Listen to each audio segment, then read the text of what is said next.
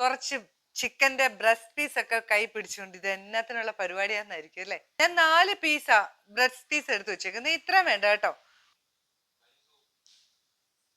നമ്മുടെ ചിക്കന്റെ boneless chicken എല്ലാം കൂടെ എടുത്തോണ്ട് വന്നിട്ട് ഇതാ ഇങ്ങനെ ഒന്ന് ചതയ്ക്കണേ. ചെറുനാരങ്ങ നീര്, കുറച്ച് ഉപ്പും കൂടെ ഒന്ന് പുരട്ടി ഇതൊരു അരമണിക്കൂർ അവിടെ ഇരിക്കട്ടെ. ഇതിനൊരു മസാല വേണം. ഇതാ കാന്താരിമുളക് എടുത്തേക്കുന്നത്, എരിവിന് പാകത്തിന് കാന്താരിമുളക്, പുതിന ഒരു പിടുത്തം എടുത്തിട്ടുണ്ട് കേട്ടോ, മല്ലിച്ചപ്പ് ഒരു പിടുത്തം, 10-12 അല്ലി വെളുത്തുള്ളി, ഒരു കഷ്ണം ഇഞ്ചി, 6 ചെറിയുള്ളി. നന്നായിട്ടൊന്ന് അരയ്ക്കണം. പിന്നെ നമുക്ക് വേണ്ടത് മൈദയാണ് കേട്ടോ.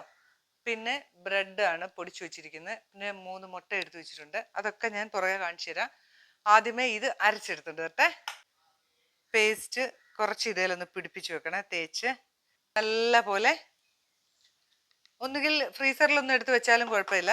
നല്ല പോലെ ഒന്ന് മസാലയൊക്കെ ഒന്ന് പിടിക്കട്ടെ. ഇനി നമ്മുടെ മുട്ട ഒന്ന് ബീറ്റ് ചെയ്ത് വയ്ക്കണേ. 10-15 മിനിറ്റ് ഒക്കെ ഇരുന്നിട്ട് ഇതാ നമ്മൾ ഫ്രിഡ്ജിൽ നിന്ന് എടുത്തോണ്ട് വന്നാണ് കേട്ടോ. ഇനി നമ്മൾ ചെയ്യാൻ പോകുന്നത് എന്നാന്നറിയോ, മുട്ട ബീറ്റ് ചെയ്ത് വെച്ചിട്ടുണ്ട്, ബ്രെഡ് ക്രംസ് ഉണ്ട്, ഇതാ മൈദയാണേ. ഓരോ പീസ് ഇങ്ങനെ അങ്ങോട്ട് എടുക്കുക. ഇതാ മൈദയിൽ ഇങ്ങനെ ഒന്ന് മുക്കി നല്ലപോലെ ഒന്ന് പ്രസ് ചെയ്തു. കണ്ടോ, നമ്മൾ മുട്ടയിലൊന്ന് മുക്കി പൊക്കി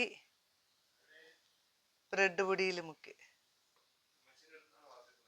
ഇനി നമുക്കിതൊന്ന് ഫ്രൈ ചെയ്തെടുക്കണം. അതിന് ഞാനൊരു ചെറിയ ചീനിച്ചിട്ട് എടുപ്പ് വെച്ചിട്ടുണ്ട്. ഒഴിച്ചു കൊടുക്കാവേ. വറക്കാൻ ആവശ്യമുള്ള എണ്ണ ഓരോ പീസ് ഇട്ട് കൊടുക്കാം.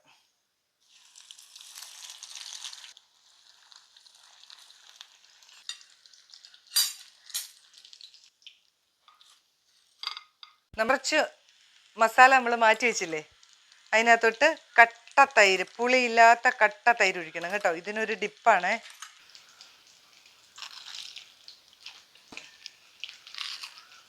അപ്പൊ പുതിയൊരു വീഡിയോ ആയിട്ട് വരുന്നതായിരിക്കും. ബൈ.